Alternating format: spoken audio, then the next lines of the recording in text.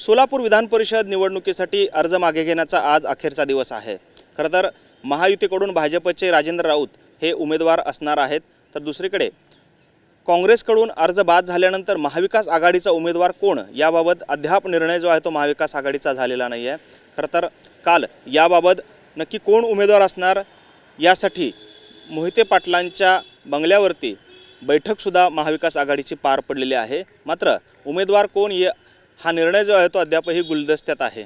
खरं तर महायुतीकडून राजेंद्र राऊत यांनी आपला उमेदवारी अर्ज भाजप पक्षाच्या अधिकृत एबी फॉर्मवर भरलेला होता आणि तो वैधसुद्धा ठरलेला आहे। मात्र महाविकास आघाडीकडून काँग्रेसचे आदित्य फत्तेपूरकर यांनी आपला उमेदवारी अर्ज दाखल केलेला होता आणि त्याचबरोबरीनं राष्ट्रवादी शरद पवार गटाचे वसंत नाना देशमुख यांनी देखील आपला उमेदवारी अर्ज पक्षाच्या एबी फॉर्मवर दाखल केलेला होता।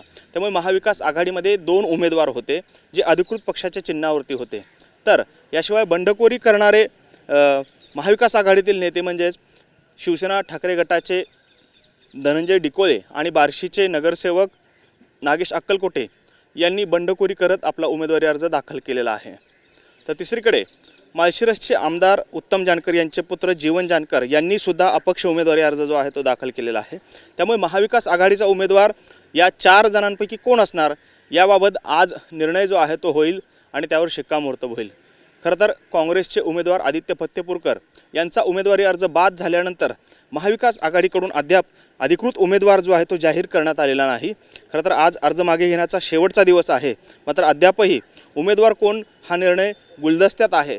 त्यामुळे एकंदरीतच महाविकास आघाडीचा उमेदवार कोण असणार याकडे सर्वांचेच लक्ष लागलेले आहे। खरं तर महायुतीमध्ये सुद्धा भाजपचे राजेंद्र राऊत हे उमेदवार असले तरी शिवसेना शिंदे गटाच्या 2 नेत्यांनी जो आहेत आपले उमेदवारी अर्ज दाखल केलेले आहेत। यामध्ये एक पंढरपूरचे महेश साठे आणि दुसरे मोहोळचे माजी नगराध्यक्ष आणि विद्यमान नगरसेवक रमेश बारसकर या 2 नेत्यांनी सुद्धा शिवसेना शिंदे गटाच्या नेत्यांनी अपक्ष उमेदवारी अर्ज दाखल केलेला आहे। त्यामुळे सोलापूर विधान परिषदेसाठी एकूण 7 उमेदवार जे आहेत त्या रिंगणात आहेत आणि आज अर्ज मागे घेण्याचा अखेरचा दिवस आहे। त्यामुळे शिवसेना शिंदे गटाचे दोन्ही नेते अर्ज मागे घेतात का, याशिवाय महाविकास आघाडीचा उमेदवार कोण याबाबत देखील आज निर्णय अपेक्षित आहे आणि दुपारी 3 वाजेपर्यंत अर्ज मागे घेण्याची ही वेळ आहे। त्यामुळे निश्चितपणे महाविकास आघाडी विरुद्ध महायुती यामध्ये महाविकास आघाडीचा उमेदवार कोण हे पाहणं देखील महत्त्वाचं ठरणार आहे। कॅमेरामन विनोद मुन्नाबादकरसह सागर सुरवसे, TV9 मराठी, सोलापूर।